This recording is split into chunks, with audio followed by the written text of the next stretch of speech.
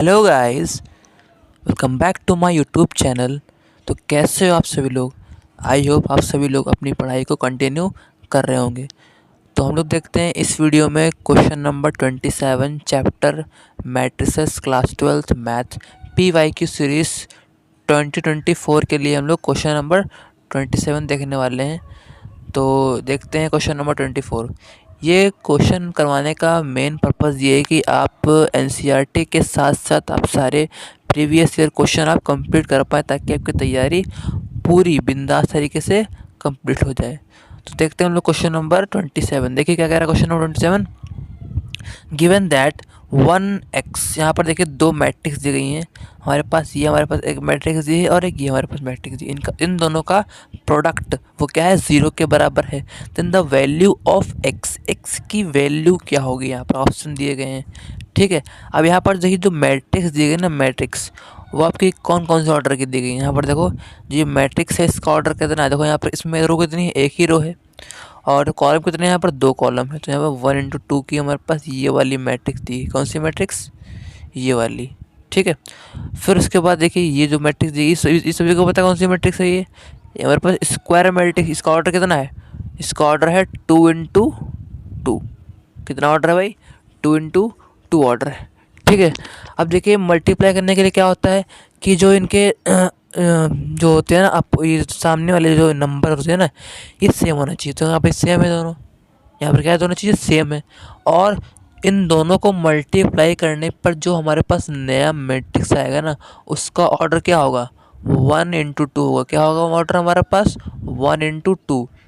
ठीक है, क्लियर है इतना, बहुत ही आसान है, कोई भी दिक्कत आपको नहीं होनी चाहिए। तो देखते हैं इसका सॉल्यूशन नेक्स्ट पेज पर।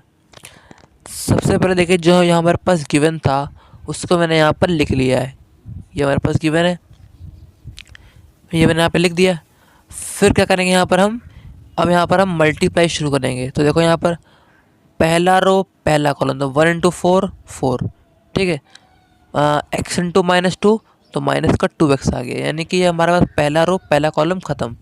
फिर उसके बाद पहला रो हमारे पास और दूसरा कॉलम क्या आएगा, पहला रो और हमारे पास दूसरा कॉलम। तो देखते हैं पहला और दूसरा कॉलम, तो 1 × 0 0, x × 0 0, यानी कि 0 + 0 आ गया। अब देखिए इसके बाद दूसरा कॉलम तो है नहीं कि यहाँ पर हम इसको इसमें मल्टीप्लाई करें या फिर इसमें मल्टीप्लाई करें। तो यहाँ पर क्या करेंगे, बस इतना करके छोड़ देंगे। अब देखो मैंने आपको बताया है ना कि जो ऑर्डर आया क्या आएगा, वो आएगा आपका 1 × 2 का आएगा। देखो यहाँ पर जो मैट्रिक्स है इसका ऑर्डर कितना है, यहाँ पर देखो इसमें जो रो है वो कितनी है, एक ही रो है। और कॉलम कितने यहाँ पर है, दो कॉलम। यहाँ पर देखिए 1 × 2 का हमारे पास एक मैट्रिक्स आ चुका है। अब देखो जो इधर यहाँ पर 0 लिखा था ना, 0, ये जो 0 है ना, ये हमारे पास मैट्रिक्स का 0, यानी कि यहाँ पर ये हमारे पास एक नल मैट्रिक्स है। क्या है, एक नल मैट्रिक्स। इसका मतलब क्या हुआ कि जो हमारे पास जो मैट्रिक्स होगा ना ओपन होगा, यहाँ पर जिसमें जो एलिमेंट्स होंगे ना, वो सारे के सारे क्या होंगे, 0 होंगे। और ये ध्यान रखना आप कि यहाँ पर हम किस ऑर्डर का मैट्रिक्स लें, किस ऑर्डर की हम लोग नल मैट्रिक्स लें। तो यहाँ पर देखो जो हमारे पास लेफ़्ट साइड में यानी कि LHS में जो हमारे पास मैट्रिक्स का ऑर्डर है, उसी ऑर्डर में हम नल मैट्रिक्स राइट साइड में लेंगे। तो यहाँ पर देखो 1 × 2 का हमारे पास क्या है, मैट्रिक्स है। तो इसके हम लोग राइट में भी जो नल मैट्रिक्स लेंगे वो 1 × 2 का ही लेंगे। तो यहाँ पर देखो 1 × 2 का मैंने यहाँ पर नल मैट्रिक्स ले लिया है। क्या है यहाँ पर देखिए 4 - 2x 0 = 0, 0 0 आ गया।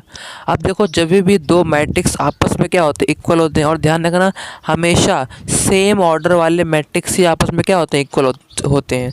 तो यहाँ पर देखो दोनों का जो ऑर्डर है क्या है, सेम है। 1 × 2 इसका भी है, 1 × 2 इसका भी है। ठीक है, जब दोनों मैट्रिक्स आपस में इक्वल होते हैं तो क्या होता है कि जो उनके करस्पॉन्डिंग एलिमेंट्स होते हैं ना, करस्पॉन्डिंग, ठीक है, वो क्या होते हैं, वो भी इक्वल होते हैं। करस्पॉन्डिंग का मतलब क्या है कि जैसे मान लो यहाँ पर ये वाला एलिमेंट लिखा हुआ है, तो इस मैट्रिक्स में ये इसी प्लेस पर ये वाला एलिमेंट लिखा हुआ है 0, तो ये दोनों क्या होंगे, आपस में इक्वल हो जाएंगे। तो यहाँ पर देखिए हमने लिख दिया यहाँ पर कि 4 - 2x = 0।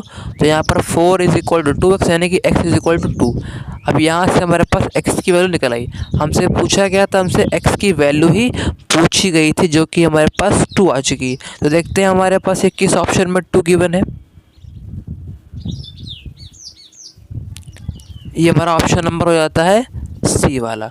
ठीक है। तो आई होप आप सभी लोगों को ये वीडियो समझ में आया होगी, ये क्वेश्चन आपको पसंद आया होगा, आपको बेस्ट एक्सप्लेनेशन के साथ मैंने बताया आपको। तो मिलते हैं हम लोग नेक्स्ट वीडियो में, तब तक के लिए जय हिंद दोस्तों।